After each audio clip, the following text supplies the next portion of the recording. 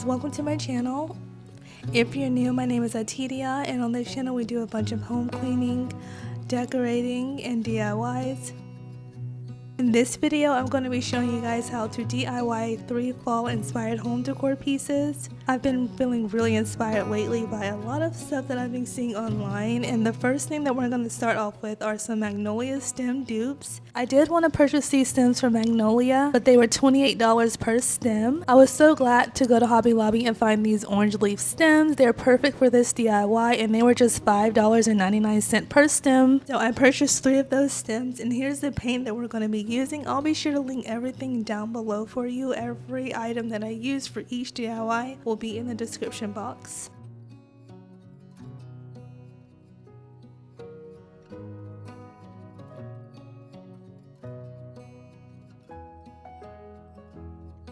The first thing I'm going to do is remove about 8 to 9 leaves from each stem, only because the Magnolia stems are kind of sparse, so I want it to have that same look. You can keep those leaves on if you don't want to take them off, but if you do decide to remove them, just be sure that you remove them in random places on those stems so that it won't be so bare in one spot.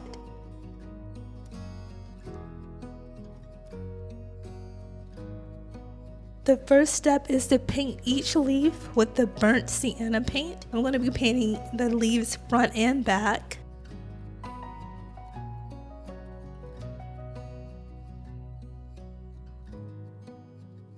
I only purchased 1 of each paint, but I would recommend that you purchase 2 of the burnt sienna since that's the main color that we're going to be using.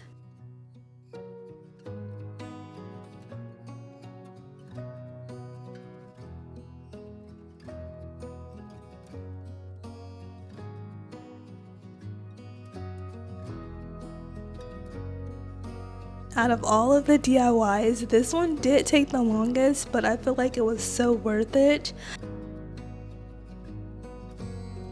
I do recommend that you paint the front of each stem first, and then you go back and paint the back of it, starting at the first one that you did.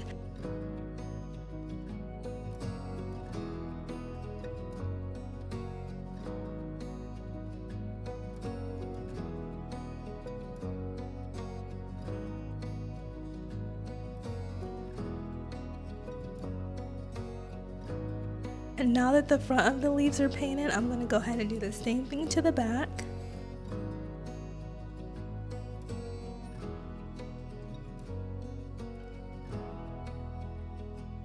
And the good thing about the back is that we're only painting that with the burnt sienna, and the front of the leaves is where we're going to add like the realistic touches using different colors of the paint. I'm starting off by dabbing the sponge in the yellow ochre paint, and I'm going to just dab that in the middle of the leaf and work my way to the outer edge.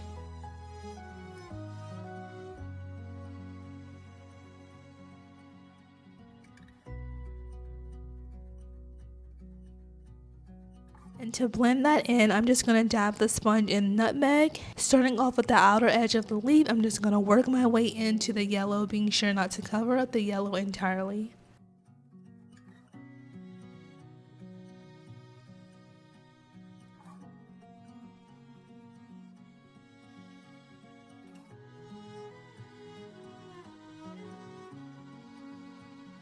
The next color that I'm going to be adding to the leaf is red spice. You only need a very little bit of this. This is just to add some vibrance to the leaf. So I'm just going to put a very little bit on the sponge and dab that only on the outer edges. The last step is to just blend everything in with the red spice. Just be sure not to cover the yellow in the middle of the leaf entirely.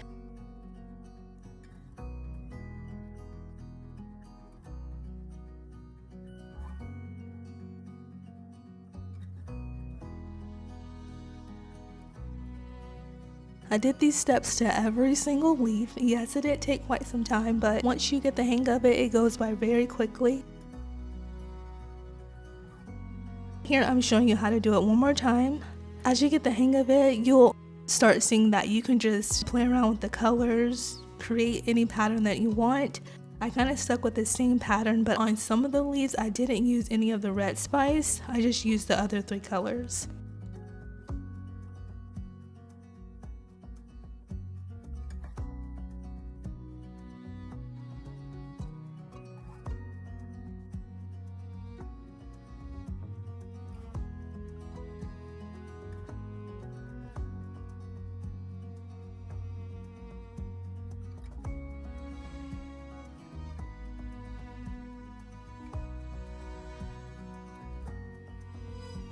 To style these leaves, I'm going to be using this pot that I purchased from Home Goods. It was on clearance for $25, and I see why it was on clearance. There are some mistakes in the pot. It does look like it was just created poorly, but I do love the color of it. I love these vases that have like this pretty creamy color to them, so I might keep it, I might not, and that's why I left the tag on it.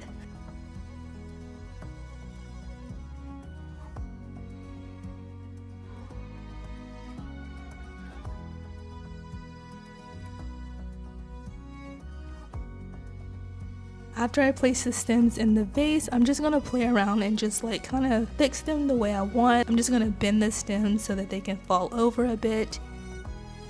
I did bend the leaves and kind of like fold them in half so they could fall as well. And the good thing about these stems is that you can actually twist each twig. As you can see right here, I twisted it so the bottom of the leaf wasn't showing as much, only the top.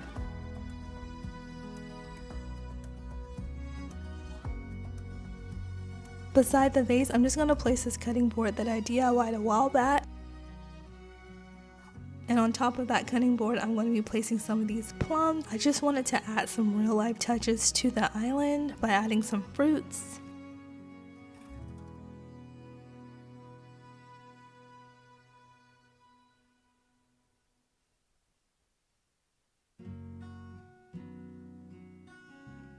And this is how the stems look. I'm really in love with how they turned out.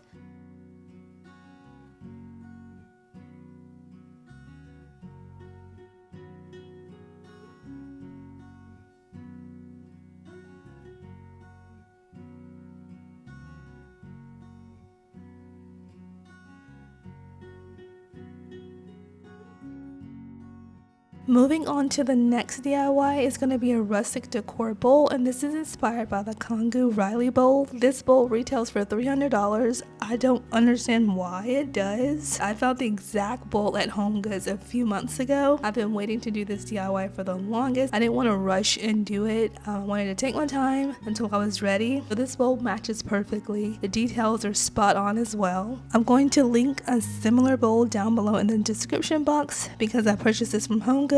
Of course, you can't find it online, so I'll be sure to link a similar one down below. I'm going to start off by adding my paint to a plate. I did add the other two, I just didn't show them. And we're just going to add baking soda to the black paint only. That is because we want to add texture to the bowl, and the black is the main color.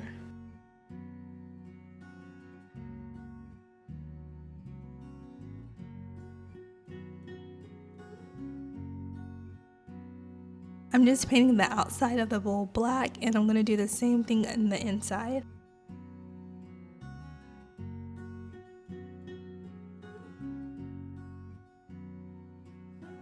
One coat should be good enough, especially since I mixed baking soda in the paint, but if you need to, you could do 2 coats of paint.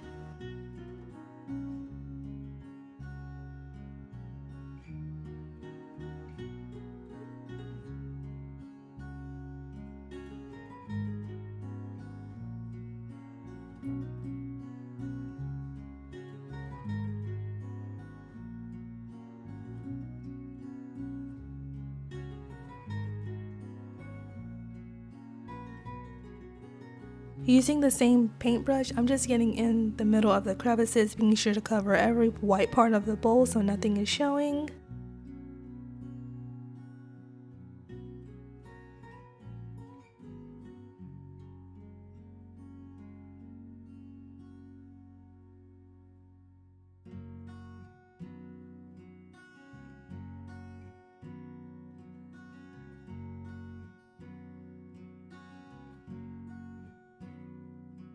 I did go in with a smaller paintbrush to get in between the smaller crevices.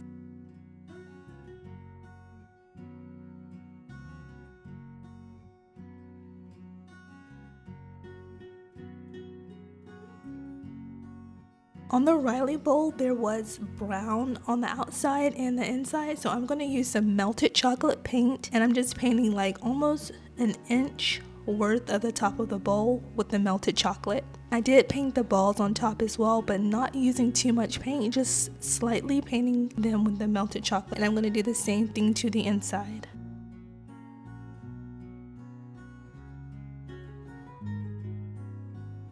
So right here I'm just starting off by blending in the line from the melted chocolate paint with raw umber using a wet paper towel.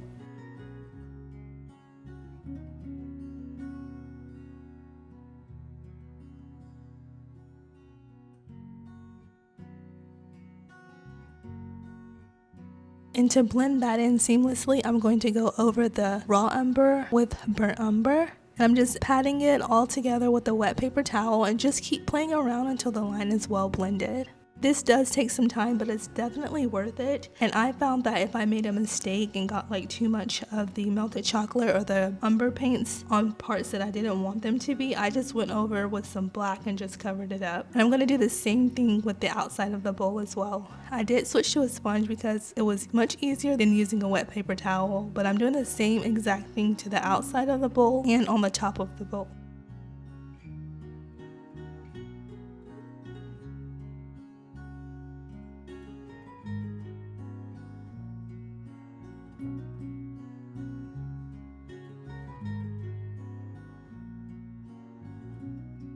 Using a smaller paintbrush, I'm just painting over spots that I missed or that aren't blended in well with some of the burnt umber paint.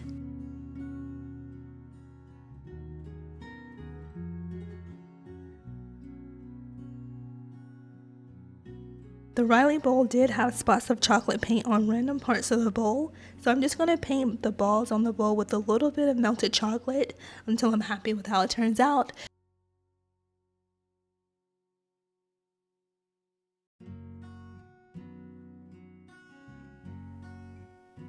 To style the bowl, I'm just placing it on my coffee table and adding in these really cute pine cones that I purchased from Hobby Lobby. At first I wanted to use some dried pomegranates. I think they'll be so pretty, like the red against the black and the brown, but they were sold out on Etsy, so for now I'm just going to use these mini pine cones. I placed this wooden bowl on top of my coffee books and just placed some of those pine cones inside of it and on the table.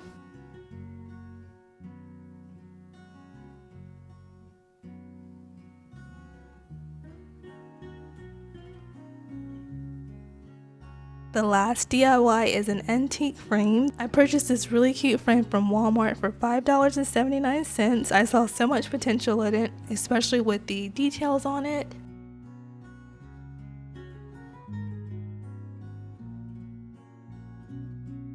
I'm going to be using some antique rub and buff to put on this picture frame to make it look antique. So I'm starting off by removing the picture from the inside and also the glass. I did rip off the stand, but that wasn't necessary. You could keep it on if you want to like stand it up instead of hanging it up. I'm just placing some of that rub and buff on my gloves. I did use too much. A little goes a long way. So I'd recommend just putting a little bit on your hand or your finger and then just going from there.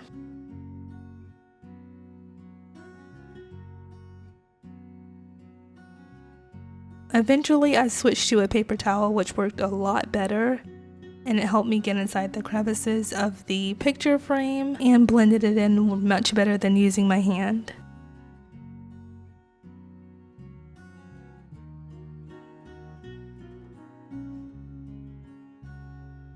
So to add some texture and some patina to this frame, I'm going to be using this antique wax by Waverly. Here I'm just testing the wax out to see how it applies before I put it on the frame. I just added a little bit to the sponge and dabbed some of it off on the paper plate before I applied it to the picture frame.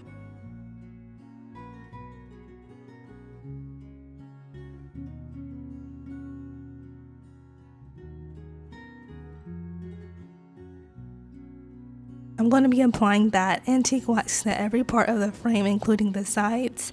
You can use how much you want. I wanted a lot of character and I wanted it to look really aged, so I did put quite a lot of the wax on it, but you can use as less as you want or as more as you want.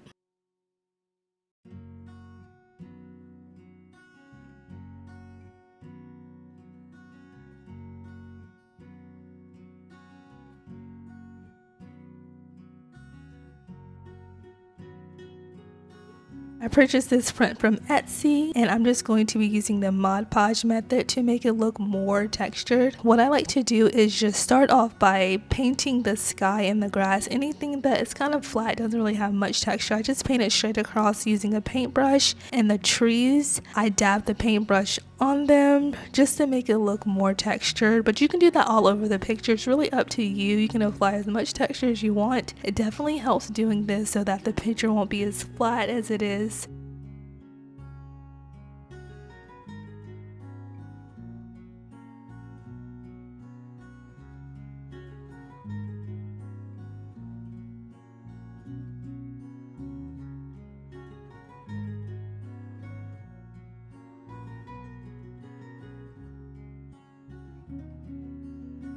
I didn't add the glass back to the frame because I just wanted it to be matte, but this is how it turned out. It's really cute. I love that I can add different pictures in it whenever I want to, but I love this picture frame so much.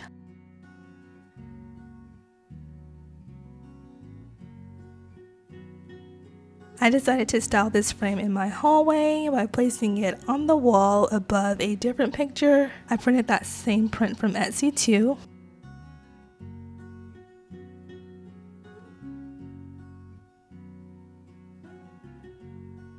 And this is how it turned out. I hope you guys enjoyed the video. If you did, don't forget to give it a thumbs up and also comment down below something you enjoyed about the video, and I will see you guys on the next one. Thanks for watching.